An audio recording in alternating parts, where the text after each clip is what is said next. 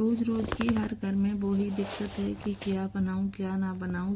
सभी को घर में बच्चों को तो बहुत ज़्यादा आलू की सब्ज़ी पसंद होती है, तो मैंने कहा चलो आज कुछ अलग सा बनाया जाए प्रोटीन से भरपूर। तो मैंने यहाँ पर आज सोयाबीन ही बना डाली है, जो कि हेल्दी भी है, टेस्टी भी है और प्रोटीन से भरपूर है। इस तरह से अगर सोयाबीन की सब्ज़ी बनाएंगे तो बच्चे और बड़े सभी अंगुलियां चाट के मांग मांग के खाएंगे। श्री सलाह कुकिंग में आप सभी का स्वागत है। रेसिपी बनाना शुरू करते हैं। 1 कटोरी सोयाबीन ले ली है। खौलते हुए पानी में मैंने डाल दिया था 1 घंटा पहले ही, तो सोयाबीन हमारी फूल के एकदम से गुब्बारे की तरह हो गई है। अभी मैं इसे निकाल लेती हूँ।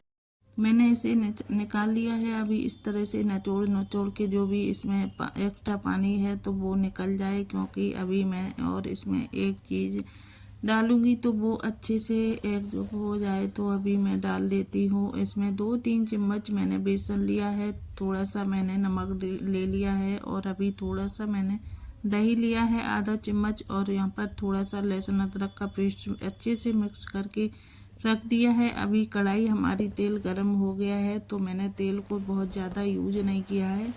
तो यहाँ पर लहसुन और प्याज 2-3 मैंने अच्छे से कद्दूकस कर लिया है। इसे 8-10 लहसुन की कलियाँ, 2-3 हरी मिर्ची और यहाँ पर मैंने डाल दिया है, और ये अच्छे से अभी भून जाएगा। लहसुन जो भी ज़्यादा नहीं इसे भूनना है, थोड़ा सा ही इसे का कलर आ जाए। तो मैंने यहाँ पर कुछ मसाले ले लिए हैं बेसिक से, हल्दी पाउडर, धनिया और थोड़ा सा गरम मसाला पाउडर। इसे थोड़ा पानी डाल के मैंने यहाँ पर डाल दिया है कढ़ाई में, और ये थोड़ी सी देर मसाले हमारे भुज गए हैं। अभी मैंने डाल दिया है टमाटर और 2-3 काजू की ग्रेवी बनाई थी, तो मैंने वो डाल दी है। टमाटर डालने के बाद तुरंत मैंने थोड़ा सा नमक डाल दिया है, जो कि टमाटर की ग्रेवी जल्दी से पक जाती है नमक डालने से, और ये हमारी ग्रेवी बनके तैयार है। तो मैंने जो सोयाबीन मिक्स करके रखा था वो मैंने डाल दिया है, जो कि इसमें बेसन की कोटिंग है तो वो अच्छे से भून जाएगा, और मसाले हैं वो अच्छे से भीग जाएंगे अंदर तक, इसकी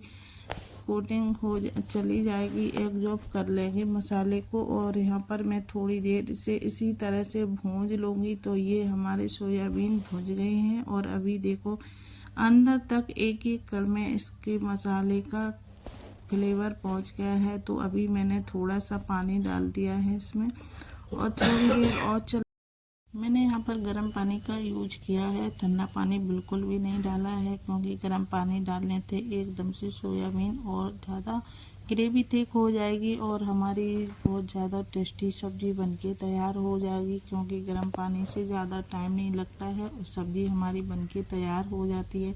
क्योंकि गैस की अभी भी शॉर्टेज चल रही है, तो मैंने क्या केतली में गर्म कर लिया था, और यहाँ पर बारीक कटी हुई धनिया डाल दी है।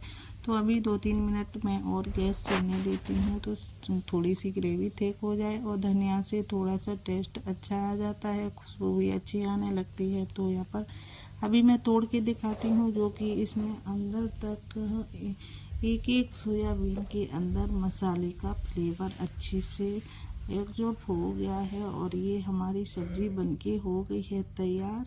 इस तरह की वीडियो हमारी पसंद आती है तो प्लीज़ लाइक और सब्सक्राइब करो।